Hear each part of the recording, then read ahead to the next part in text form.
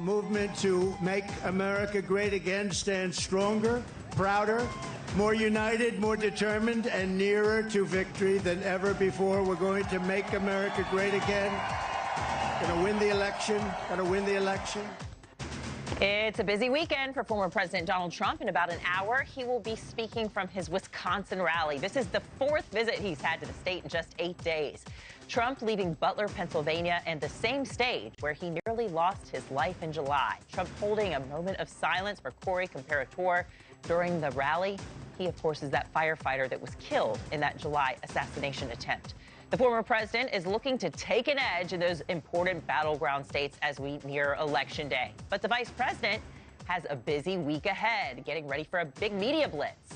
Looking at our upcoming schedule, check this out. Today, a new episode of Caller Daddy, the podcast, is going to be released, an interview already receiving criticism.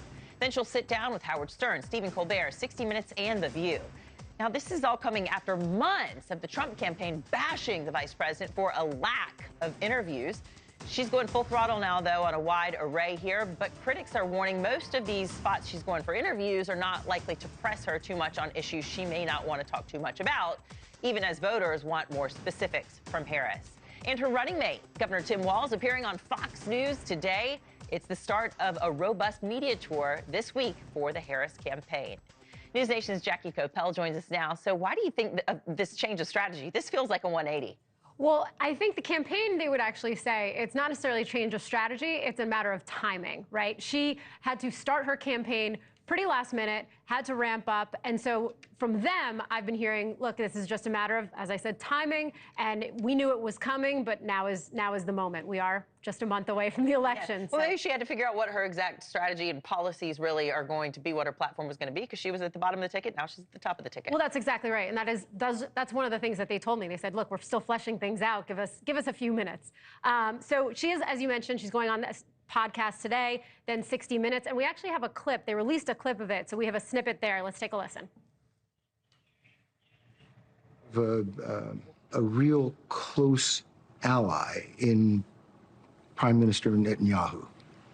I think, with all due respect, the better question is, do we have an important alliance between the American people and the Israeli people? And the answer to that question is yes. So 60 Minutes, of course, a pretty hard-hitting news and journalism source, and they will obviously press her on other issues. She is, of course, then also going on Colbert, Howard Stern, The View. Probably less likely to be pressed harshly. Howard Stern says, though, back in 2016, he thinks Hillary Clinton should have gone on and spoken with him, and that could have made a difference. Yeah, and I think in that soundbite from CBS, what she's saying, this is so important because October 7th is tomorrow, marking the 1 year since those awful terror attacks on Israel, is that no matter who's leading the United States and no matter who's leading Israel, that relationship should be ironclad. And that's what we've also heard from Donald Trump. Yeah, both candidates saying that their support of Israel is ironclad, and they've certainly, it seems they've taken the actions to back that up. All right. News Nation's Jackie Koppell, thank you so much for joining us. Thanks for watching. Go to joinnn.com to find News Nation on your screen. And don't forget to click the red subscribe button below to get more of News Nation's fact-driven, unbiased coverage.